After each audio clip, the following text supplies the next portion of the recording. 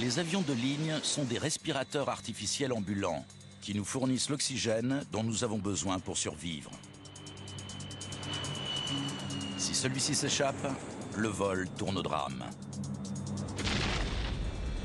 Vol United 811. Il n'y avait plus rien ni devant nous ni sur les côtés. Tout un pan de l'avion avait disparu. Vol Aloha 243. Tout était aspiré hors de l'appareil. Vol British Airways 5390. Je n'oublierai jamais ça. Son visage cognait le hublot latéral. Mais il ne s'y est pas. M'aidez! M'aidez! On a une urgence! Il faut parfois une catastrophe pour prendre conscience des dangers potentiels et revoir la conception des avions. Malheureusement, on attend qu'il y ait des victimes, que le sang coule pour faire des changements.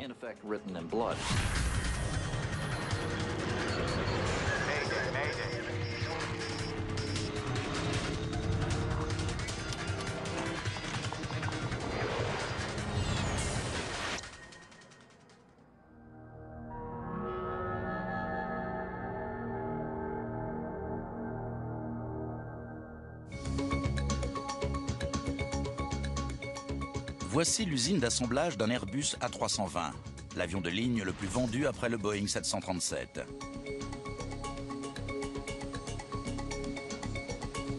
Il y en a près de 2000 en circulation dans le monde entier. C'est un appareil sûr et fiable. Son revêtement en aluminium fait moins de 2 mm, l'épaisseur d'une pièce de monnaie.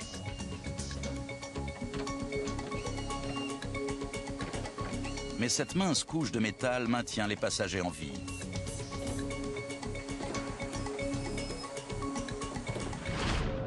Car les cieux ne sont pas aussi cléments qu'ils le paraissent. La plupart des gens considèrent les avions comme un moyen de transport normal. Entre un avion de ligne à 10 500 mètres d'altitude et une capsule spatiale en orbite, la différence est pourtant mince. Ce sont tous les deux des respirateurs artificiels. Le ciel est un environnement hostile. Il fait moins 50 degrés à l'extérieur et le moindre courant jet nous tuerait presque instantanément.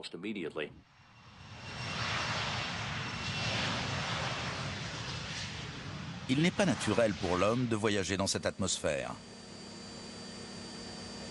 Pourtant, chaque jour, des millions d'entre nous volent à plus de 3000 mètres au-dessus du sommet de l'Everest. Nous sommes faits pour vivre ici, au fond de cet océan d'air. Si on nage trop haut, sans être protégé, on ne survit pas.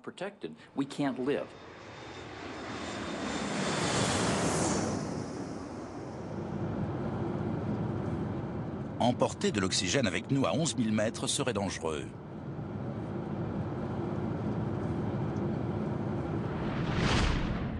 Dans un avion, l'air est pressurisé pour le confort des occupants. Plus l'appareil monte, plus la pression externe diminue.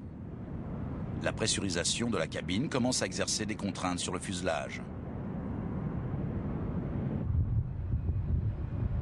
Sur un avion de ligne moyen, chaque mètre carré de fuselage doit résister à une pression de plus de 5000 kg.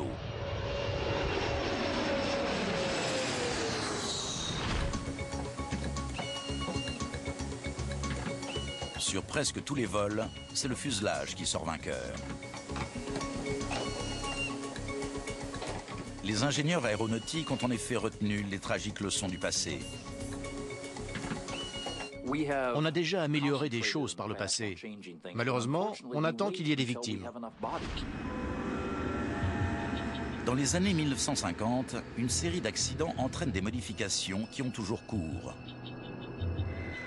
Le Comet a ouvert de nouvelles voies, battu des records et établi de nouvelles normes. L'ère des avions de ligne débute dans les années 50, avec l'apparition du Comet, construit par de Havilland. Pour la première fois, des moteurs propulsent des jets commerciaux à très haute altitude. L'enjeu était énorme pour la Grande-Bretagne.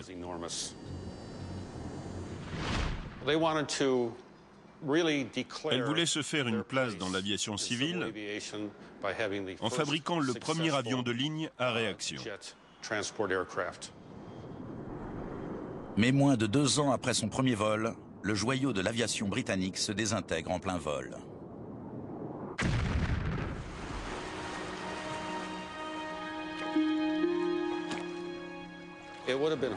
Ça a dû être à la fois terrible et heureusement extrêmement rapide.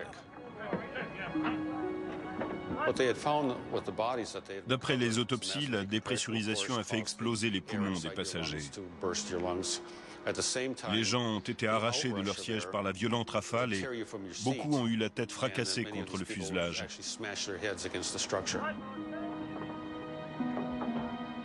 3 mois plus tard, un autre Comet explose en vol. Par précaution, les autorités clouent au sol tous les avions de ce type.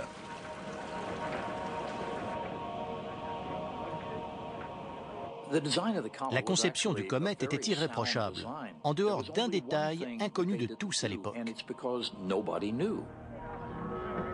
Les ingénieurs l'ignorent, mais le comète présente un grave défaut de conception.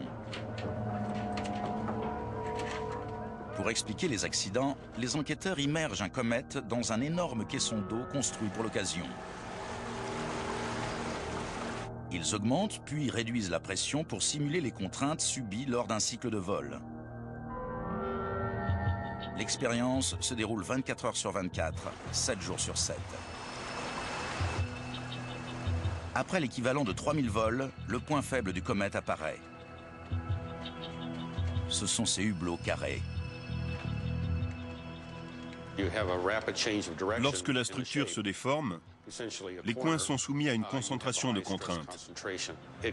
Une fissure de fatigue apparaît et se propage rapidement, provoquant une énorme décompression.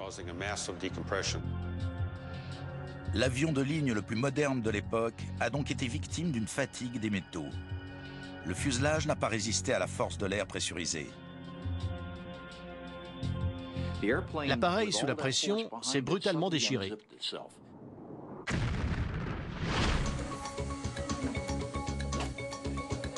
Le drame du comète a rendu les avions d'aujourd'hui plus sûrs.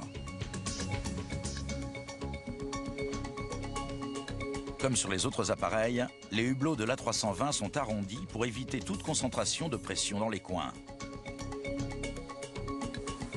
Plus important encore, des rivets supplémentaires renforcent la cellule des avions modernes pour bloquer toute éventuelle fissure.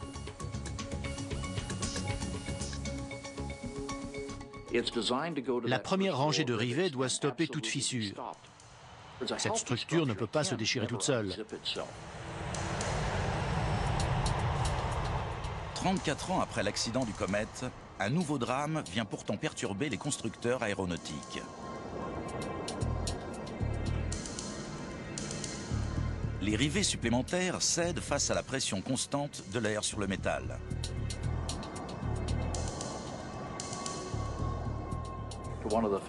Quelqu'un de l'aviation civile m'a dit « Après cet accident, mes connaissances en métallurgie m'ont paru obsolètes. »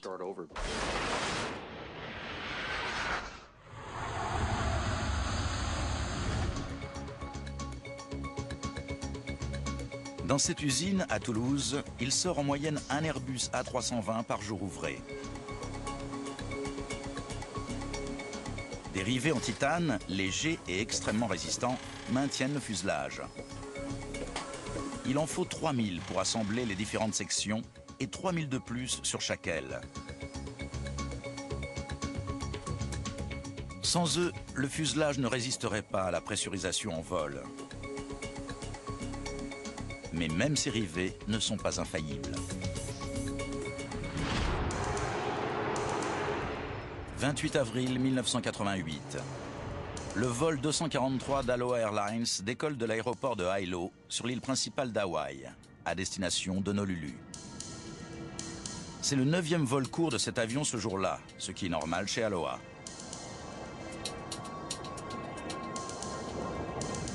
Dans l'avion, les passagers oublient que l'air y est pressurisé, alors que celui-ci, en voulant s'échapper dans l'atmosphère, exerce des contraintes sur le fuselage.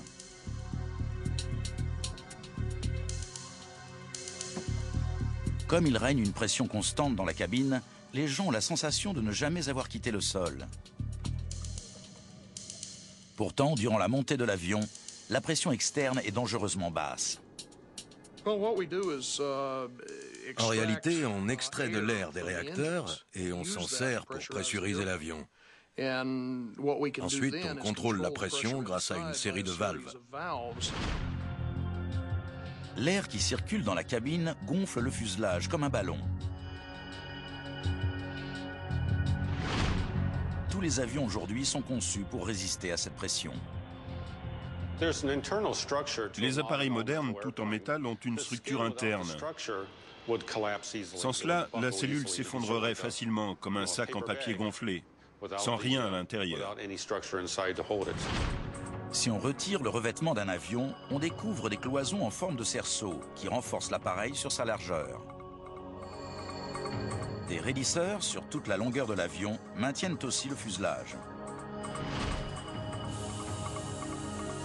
La cabine a besoin d'être renforcée, car lorsque l'appareil monte, l'air pressurisé pousse sur le moindre centimètre carré.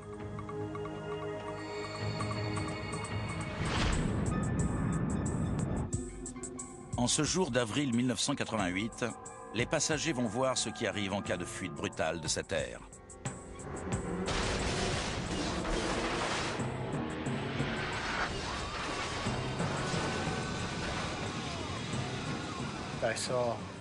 J'ai vu une lumière aveuglante et boum. Tout était aspiré hors de l'appareil. Le vol 243 d'Allo Airlines vient de subir ce que les spécialistes appellent une décompression explosive. L'air pressurisé s'est brutalement échappé. 35 mètres carrés de fuselage sont arrachés et emportés. Imaginez un peu la scène. Le toit de l'avion a disparu. Il y a un vent de 500 km/h dans la cabine, 3 fois la puissance d'un ouragan. Les passagers sont vêtus pour un climat de printemps à Hawaï, pas pour une température de -50. S'ils restent à 8000 mètres d'altitude, ils mourront. C'était quoi? Faut descendre! Le commandant Schornsteimer entame une descente d'urgence de 20 mètres par seconde. L'appareil endommagé risque d'exploser sous la pression.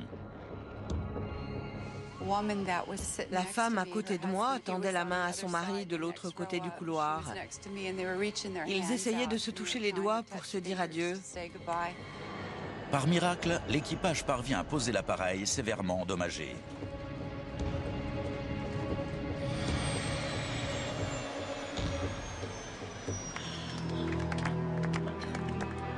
Cette décompression explosive n'a fait qu'une seule victime, une hôtesse éjectée de l'appareil.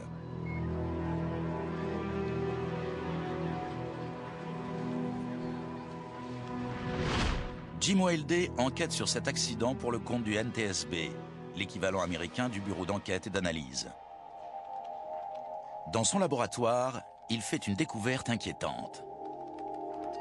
Sur des morceaux du fuselage, il remarque des fissures à peine visibles à l'œil nu, le long des trous pour les rivets. C'est caractéristique d'une fatigue des métaux. Ce phénomène peut paraître étrange, mais il est très facile à comprendre. Toute pièce de métal a un seuil de rupture. On a tous essayé d'ouvrir une boîte de conserve. On passe et repasse l'ouvre-boîte jusqu'à ce que la dernière section cède. C'est ça la fatigue des métaux.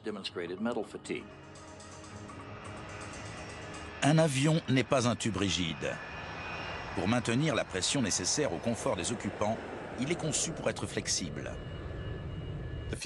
Le fuselage de l'avion respire. Il se dilate et se contracte selon l'altitude. Au sol, il est sous sa forme contractée. À 8000 mètres d'altitude, le fuselage se détend. Si on pouvait se tenir derrière un avion de 75 mètres de long pour observer son fuselage, on le verrait se gonfler. À l'atterrissage, la différence de pression interne et externe disparaît. Le fuselage retrouve sa forme initiale. L'appareil se déforme sans cesse en raison de la pressurisation, ce qui fragilise petit à petit sa structure. L'appareil de la compagnie Aloha a 19 ans. Les Boeing 737 sont conçus pour 20 ans et 75 000 cycles de vol. Mais les enquêteurs apprennent que cet avion a effectué pas moins de 89 000 vols.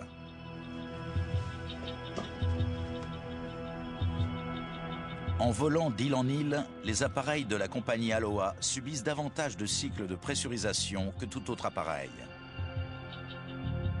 Vous avez vu quoi en montant à bord? Une des passagères du vol 243 fournit une piste à Jim Wilder. Elle dit avoir vu une fissure à droite de la porte. Le témoin a remarqué une fissure ici et on en a trouvé d'autres de ce côté. C'est là que la ligne se rejoint. Une section est tombée de ce côté et l'autre s'est soulevée et s'est détachée à droite. Il reste un point inexpliqué.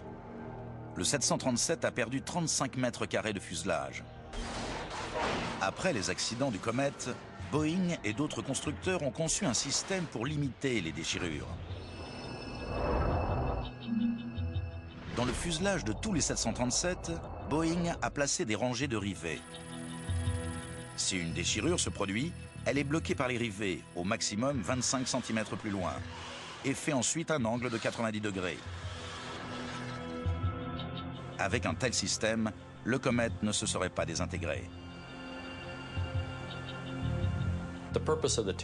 Ces rangées de rivets sont censées cantonner les éventuelles déchirures à une surface de 25 cm², afin de n'avoir qu'une décompression lente et un minimum de dégâts.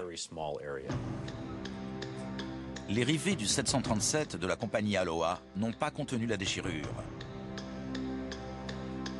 Le NTSB en déduit qu'il y avait tellement de fissures qu'elles se sont rejointes et ont formé un énorme trou.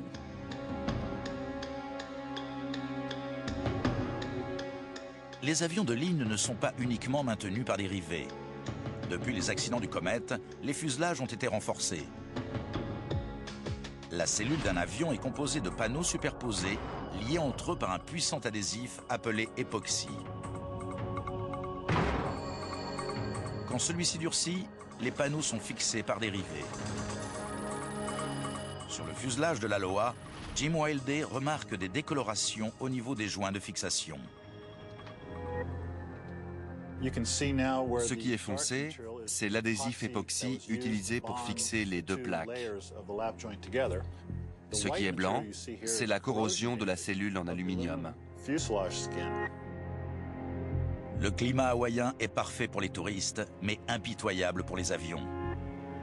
L'air de l'océan est humide et salé, et peut corroder même un adhésif époxy industriel. L'enquête révèle que Boeing, le constructeur de l'appareil, a publié des mises en garde concernant cet adhésif. S'il n'est pas appliqué à la bonne température, si les panneaux sont moisis ou sales, le joint ne tiendra pas. Boeing a recommandé une inspection régulière et détaillée. Mais les mécaniciens d'Aloha n'ont signalé aucun problème. Soit ils n'ont pas vu l'adhésif abîmé, soit ils n'ont rien fait pour corriger le problème.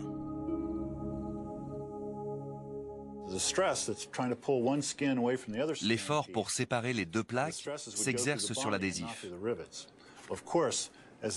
Quand celui-ci lâche, la pression s'accentue sur les rivets, notamment sur la première rangée. Et on pense que c'est justement là qu'il y avait une fissure de fatigue. Si les fissures ne sont pas réparées, l'avion devient une bombe à retardement. Plusieurs facteurs ont fragilisé le fuselage de l'Aloha 243. Un mauvais entretien, l'âge de l'appareil et le nombre élevé de vols. Depuis 1988, on est plus strict envers les compagnies aériennes.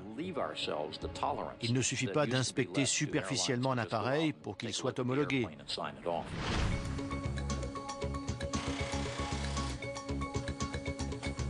L'accident de l'Aloha a lui aussi permis d'améliorer la sécurité aérienne.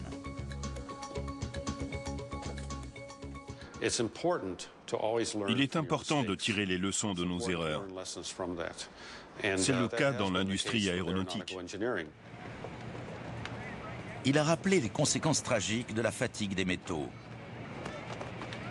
Mais ce n'est pas le dernier exemple de la force de la pressurisation.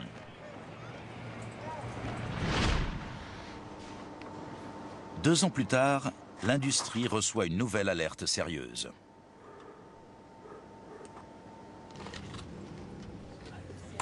Mesdames et messieurs, ici Tim Lancaster, votre commandant de bord. Bienvenue à bord de ce vol British Airways à destination de Malaga. Le 10 juin 1990, le vol BA 5390 avec 87 personnes à bord quitte Birmingham pour rejoindre l'Espagne. 80 nœuds.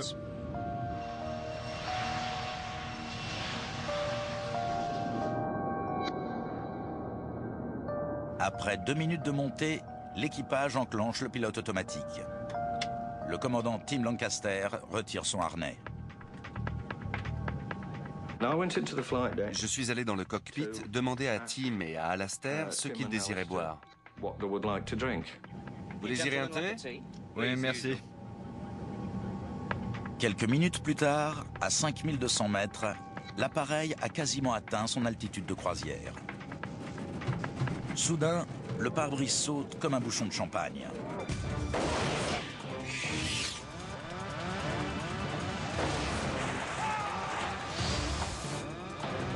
Le commandant Tim Lancaster est partiellement éjecté hors du cockpit et projeté contre le fuselage par des vents de 550 km/h. Il fait moins 17 degrés et l'oxygène est rare. Le copilote Alastair Hutchison est seul aux commandes. Normalement, les vitres du cockpit ne bougent pas. La pression de l'air durant la montée plaque le pare-brise contre l'avion. Mais sur ce vol 5390, l'impensable s'est produit. Le steward Nigel Ogden vient apporter son aide. J'ai vu que la porte du cockpit était sur le tableau de bord et Tim à moitié passé par le pare-brise.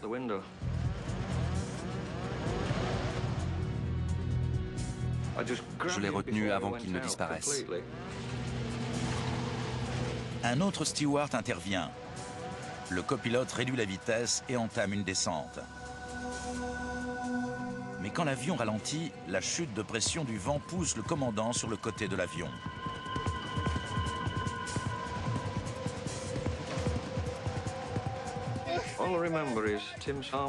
Je me souviens que les bras de Tim battaient l'air et semblaient faire 2 mètres de long. Il avait les yeux grands ouverts, ça m'a marqué. Son visage cognait la vitre latérale, mais il ne sciait pas. Et là, je l'ai dit à John. J'ai cru qu'il était mort.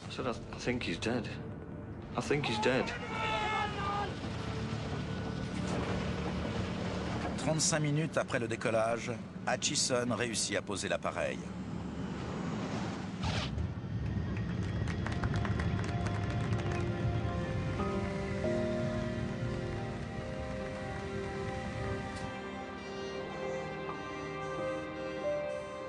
Le plus incroyable, c'est que le commandant Tim Lancaster survivra à cette terrible épreuve.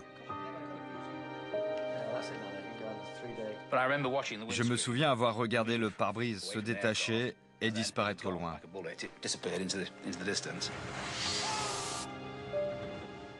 Je me suis rendu compte que je m'envolais. Ensuite, tout est devenu totalement irréel, évidemment. Mais j'étais conscient d'être à l'extérieur.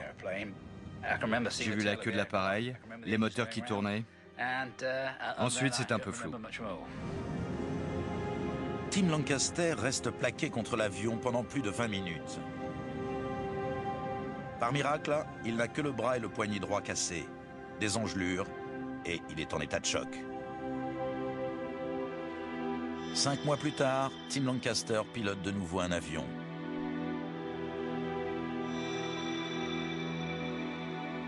Juste après l'accident, les enquêteurs ont peu d'indices. Le pare-brise avait disparu. Il y avait pas mal de sang autour, quelques bosses et quelques éraflures sur le fuselage, là où le pare-brise était passé. Et c'était tout, en plus d'un tas de papiers éparpillés. Le registre de maintenance est récupéré dans l'appareil. Stuart Culling y découvre que ce pare-brise a été remplacé quelques heures avant le décollage. Tout va bien? Oui, il était à l'atelier apparemment. Rien de méchant. Le pare-brise a été remplacé. J'ai voulu savoir ce qui avait été fait juste avant le décollage. Le pare-brise manquant est rapidement retrouvé. Il fournit un indice étonnant. On a retrouvé dessus une trentaine de boulons, la plupart d'un diamètre inférieur à la normale. Sur de nombreux appareils, les pare-brises sont vissés de l'intérieur du cockpit. La pressurisation de la cabine les cale bien en place. Mais sur le BAC 111, le pare-brise est vissé de l'extérieur. L'air pressurisé dans l'avion pousse le pare-brise. Les boulons sont censés tenir. Il y a assez de boulons. Mais bien entendu, si on met les mauvais boulons, tout peut arriver. On se retrouve comme un pilote d'essai. En interrogeant le mécanicien chargé de l'appareil, Culling fait une découverte cruciale. Il a dit qu'il avait jeté les anciens boulons dans une poubelle de l'atelier et qu'ils y étaient peut-être encore. On y est allé et on a retrouvé 80 boulons. Les anciens boulons étaient du bon diamètre. Pourquoi les remplacer par des plus petits? Vous les avez comparés visuellement avec les nouveaux? Oui, c'est ça. C'était un indice en or. Au lieu de réutiliser les anciens boulons, le mécanicien décide de les remplacer, sans vérifier le numéro de référence exact du constructeur.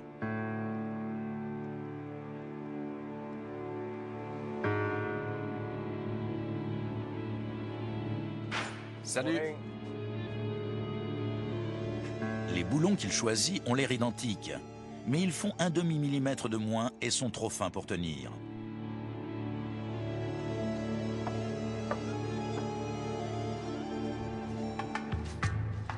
Tôt le matin, alors qu'il travaille dans un atelier sombre, le mécanicien ne remarque aucune différence. Quelques heures plus tard, le pare-brise se détache.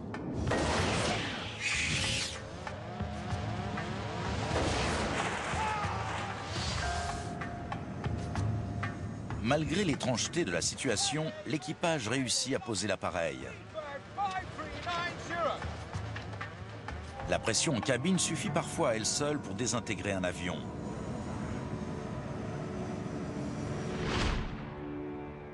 Au moindre défaut de conception, c'est la catastrophe.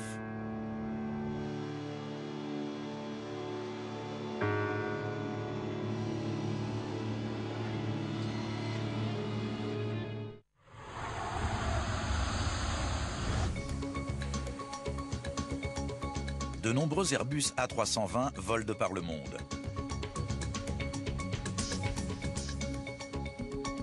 Chaque jour, des milliers de passagers montent à bord de cet appareil. Ils franchissent ce qui pourrait sembler un de ses points faibles, la porte. La moindre ouverture est un risque en puissance. Les ingénieurs ont donc conçu des portes passagers qui ne peuvent pas s'ouvrir en vol. Impossible est un mot que j'utilise rarement, mais il est impossible pour un passager d'ouvrir une porte de ce type. Les portes passagers sont de type bouchon. Elles sont légèrement plus grandes que leur cadre. Au moment du décollage et de la pressurisation, elles sont plaquées et coincées dans leur encadrement. Cette porte est plaquée par une pression de 4,5 tonnes et il faudrait la retirer de l'encadrement pour l'ouvrir. Mais toutes les portes d'un avion ne sont pas comme ça. Même des portes parfaites sur le papier peuvent se détacher dans les airs. 24 février 1989, aéroport d'Honolulu. Le vol 811 de la United Airlines doit rejoindre Auckland, en Nouvelle-Zélande. La durée prévue du vol est de 9h30. Il y a 355 personnes à bord et les soutes sont remplies. Les portes se referment à l'heure et l'avion commence à rouler peu après 1h30 du matin.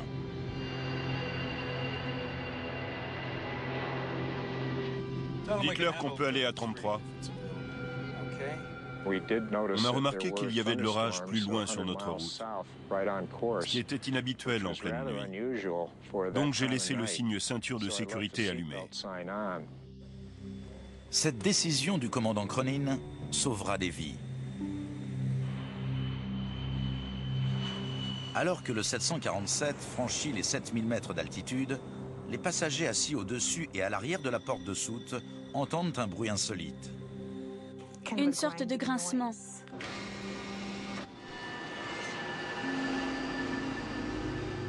J'ai entendu un bruit sourd. C'était quoi? Une nanoseconde plus tard, c'était le chaos.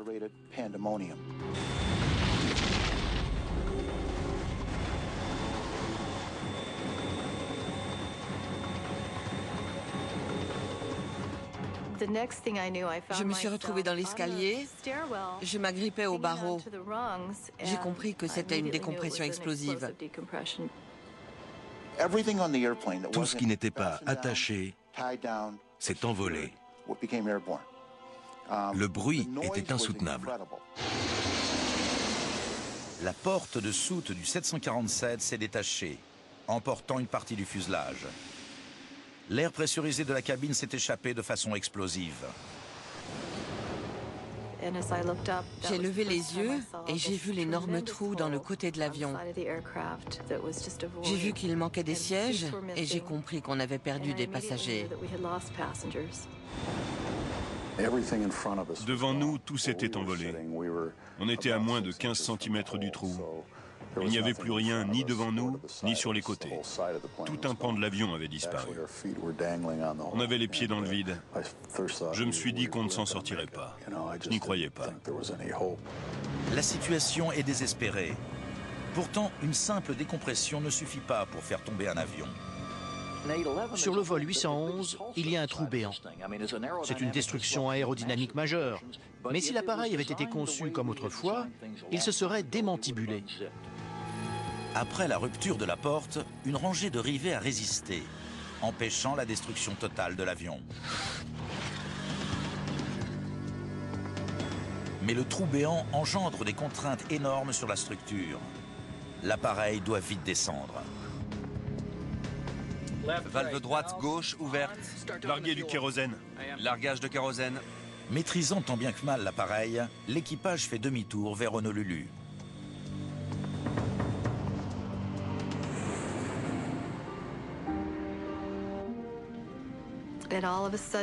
Tout à coup, on a ralenti, et j'ai dit « Mon Dieu, on a atterri. On est tout seul. » C'est sans doute mon meilleur atterrissage. Quand l'avion s'est immobilisé, on a déployé les toboggans et le personnel de bord a évacué les passagers.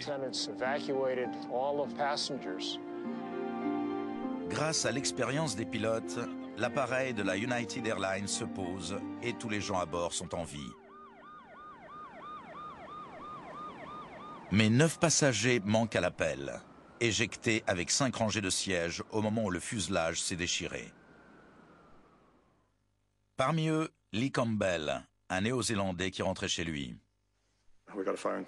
On nous a appelés de Chicago pour nous informer que notre fils était porté disparu et présumé mort. Après la disparition tragique de leur fils, Kevin et Susan Campbell décident d'enquêter sur les causes de l'accident.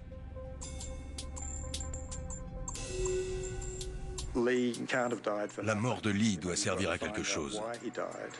On voulait trouver pourquoi il était mort pour éviter que ça ne se reproduise. 2 mois après l'accident, le NTSB organise des audiences préliminaires. Durant une pause, les Campbell prennent les choses en main et s'emparent de plusieurs cartons de dossiers. On a vite compris qu'on avait des documents importants, des choses qui n'avaient pas été divulguées publiquement. Et notre enquête a vraiment débuté. Ces documents révèlent une série de dysfonctionnements de la porte de la soute avant du Boeing 747 depuis sa conception. Contrairement aux portes passagers, la plupart des portes de soute s'ouvrent vers l'extérieur pour une question de rentabilité d'espace.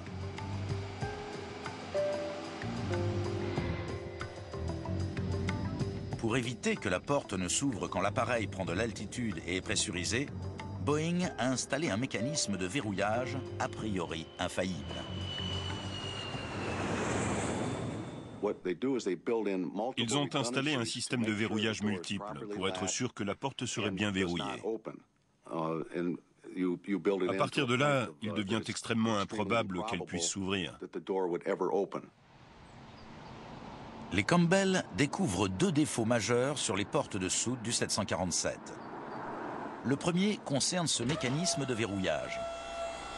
Pour verrouiller les portes, des moteurs électriques entraînent des gâches en forme de C autour du pêne dans la porte.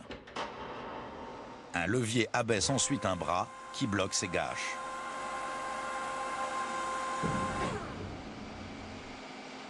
Mais sur le vol 811, ce système a connu un dysfonctionnement. Kevin Campbell construit une maquette de ce mécanisme et découvre un premier défaut de conception. Les bras en aluminium ne pouvaient pas retenir les gâches si celles-ci se déverrouillaient toutes seules.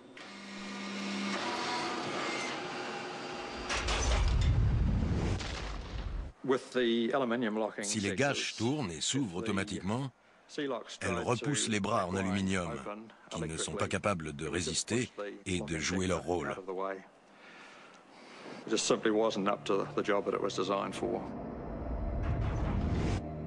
Mais pourquoi ces verrous s'ouvriraient-ils?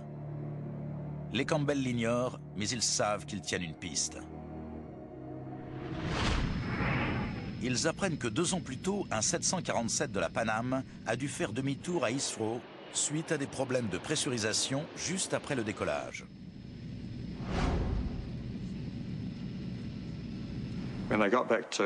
Ils ont vu que la porte de soute était légèrement ouverte et totalement déverrouillée. Les employés de la maintenance ont ensuite découvert que les bras en aluminium étaient déformés ou cassés. Les passagers de ce vol ont eu de la chance. Mais pourquoi les verrous se sont-ils ouverts, tordant les bras en aluminium?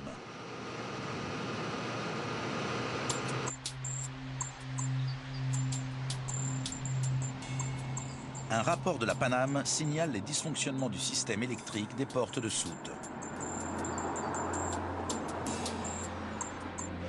Quand la poignée extérieure est en position fermée, un interrupteur doit couper l'alimentation électrique, empêchant les verrous de tourner.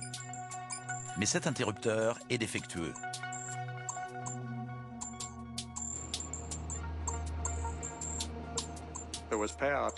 L'électricité n'était pas coupée, malgré la poignée abaissée. Les verrous se sont ouverts et ont déformé les bras en aluminium. L'interrupteur défectueux et les pièces en aluminium n'ont pas résisté à la pressurisation de la cabine.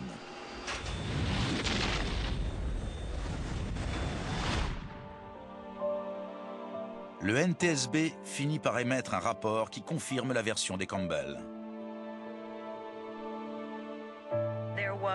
Un dysfonctionnement de l'interrupteur ou du circuit électrique a provoqué un déverrouillage accidentel de la porte. C'était bien que les gens sachent qu'on avait raison depuis le début et qu'ils avaient bien fait de nous soutenir. Je n'aurais pas supporté de ne rien faire. On avait tous les deux besoin de comprendre. On n'en a même pas discuté. On savait qu'on allait le faire.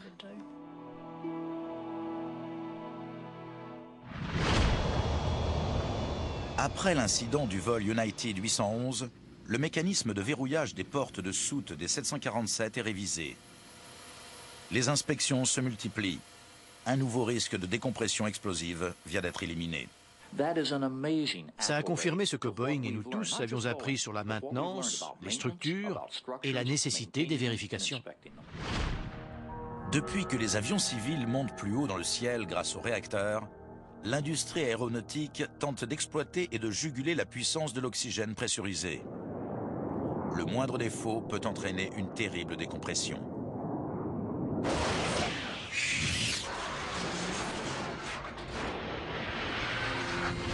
Plus de 15 ans après l'incident du vol United 811, une nouvelle catastrophe se produit.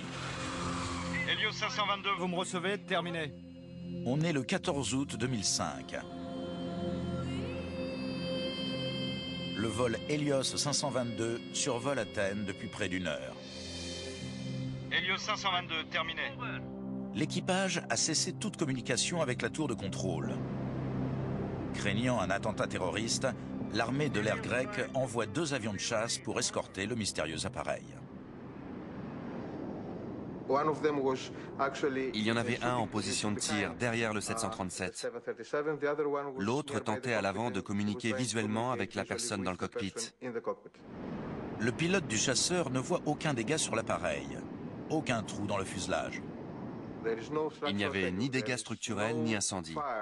Aucun problème visible de l'extérieur. Une personne dans le cockpit fait un signe au pilote du chasseur. Mais rapidement, l'avion perd de l'altitude et entame son inexorable chute.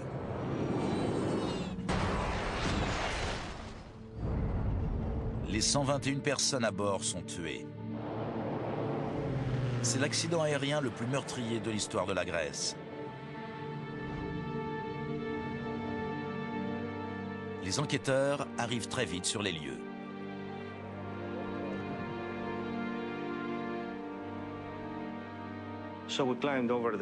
On a escaladé la colline et au sommet, on a découvert cette scène indescriptible. Il y avait en face de moi un grand incendie. Tout était noir, calciné.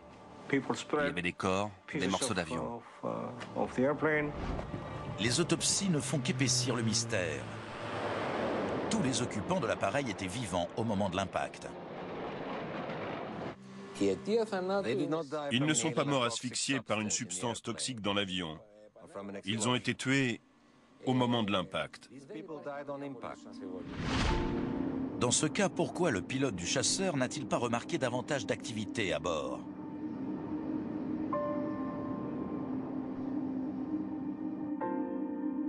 Akrivos Tsolakis est l'enquêteur principal. Il examine les registres de maintenance et apprend que le jour de l'accident, la porte arrière a été testée pour des fuites. Avant son vol fatidique, l'appareil de la compagnie Hélios est arrivé de Chypre avec un problème. Au cours du vol, l'équipage a entendu un bruit sourd et a remarqué du givre sur une porte à l'arrière.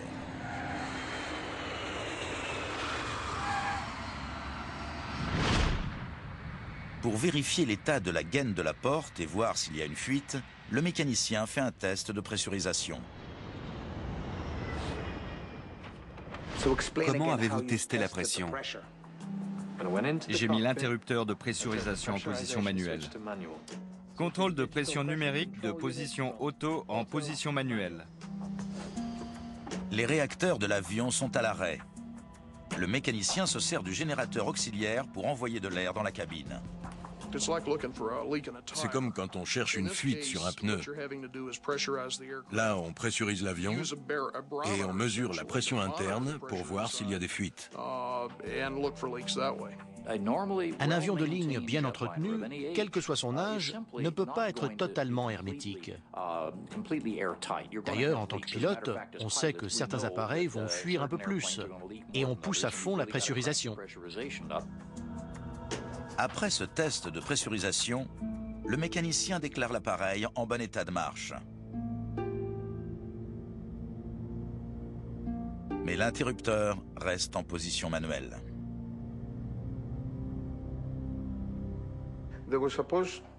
L'interrupteur aurait dû être remis en position auto. Si l'équipage ne remarque pas que cet interrupteur est sur manuel, l'appareil ne sera pas correctement pressurisé. L'oxygène en cabine sera aussi rare qu'à l'extérieur de l'avion. Les passagers seront exposés à un environnement dans lequel il leur est impossible de survivre.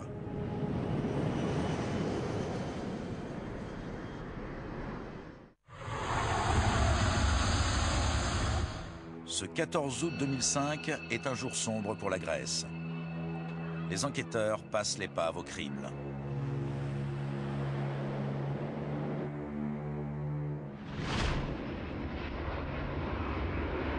Peu après 9 h, le vol Hélios 522 a quitté Chypre pour rejoindre Athènes.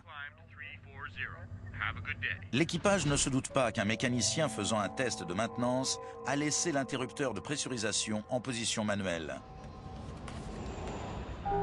Les pilotes ne remarquent pas que la pressurisation ne sera pas automatique.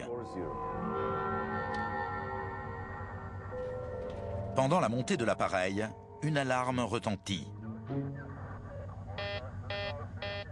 Qu'est-ce que c'est?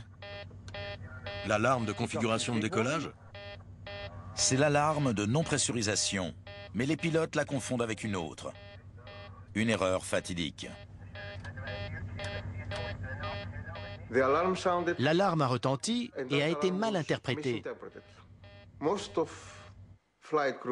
La plupart des pilotes n'entendront jamais une alarme de ce type de toute leur carrière, parce que c'est un incident extrêmement rare. Contrôle, ici Helios 522, terminé. Vol 522, que puis-je faire pour vous? Nous avons une alarme de configuration de décollage. Vous pouvez répéter? Pendant que les pilotes cherchent d'où peut venir la panne, l'oxygène s'échappe de l'avion petit à petit. Les masques à oxygène finissent par tomber dans la cabine, mais pas dans le cockpit. La chute des masques n'est pas automatique dans le cockpit. Si des choses tombaient toutes seules, elles pourraient toucher des boutons de commande. Le commandant et le copilote ne réalisent pas qu'il y a un problème de pressurisation. Ils finissent par perdre connaissance à cause du manque d'oxygène.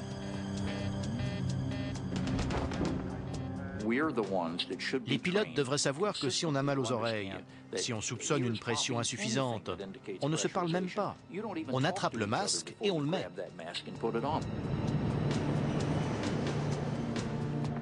Les passagers ignorent que l'avion est en pilote automatique.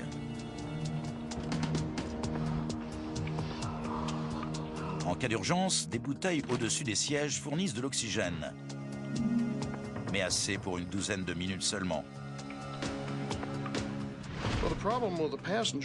Les masques à oxygène, pour les passagers, ne sont pas censés vous oxygéner à haute altitude. Ils doivent vous aider à respirer le temps que les pilotes fassent descendre l'avion. Les deux pilotes étant inconscients, l'appareil ne descend pas pour que les passagers respirent normalement. L'avion poursuit sa route vers Athènes. Quand l'oxygène vient à manquer, les passagers s'évanouissent.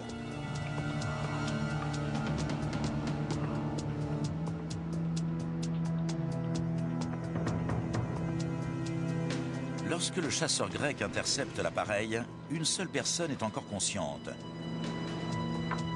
Sans doute grâce à une bouteille d'oxygène, le steward Andreas Promodou est encore conscient à l'arrivée des avions de chasse. Il va dans le cockpit, mais ne réussit pas à sauver l'appareil. Tour de contrôle Athènes. Une personne bouge dans le cockpit de l'Helios 522. En panne de kérosène, l'avion finit par s'écraser.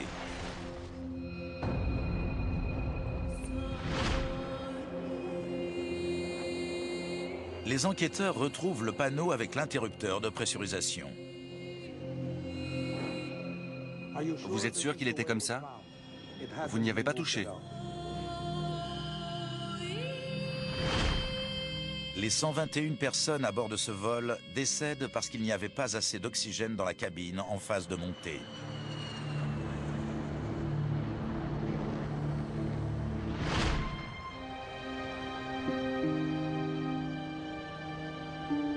Depuis l'apparition des avions de ligne, l'industrie a appris, parfois dans la douleur, à faire voler des appareils à plus de 10 km d'altitude.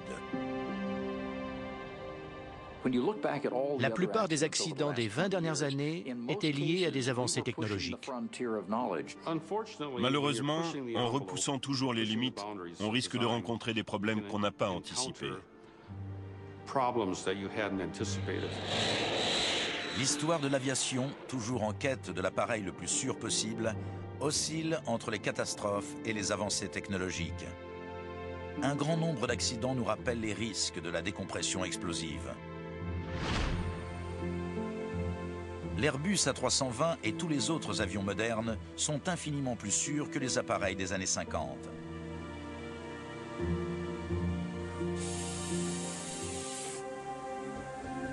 Ils doivent le rester et s'améliorer encore, car nous dépendons de plus en plus de cet incroyable moyen de transport qui nous emmène là où on n'était pas censé aller.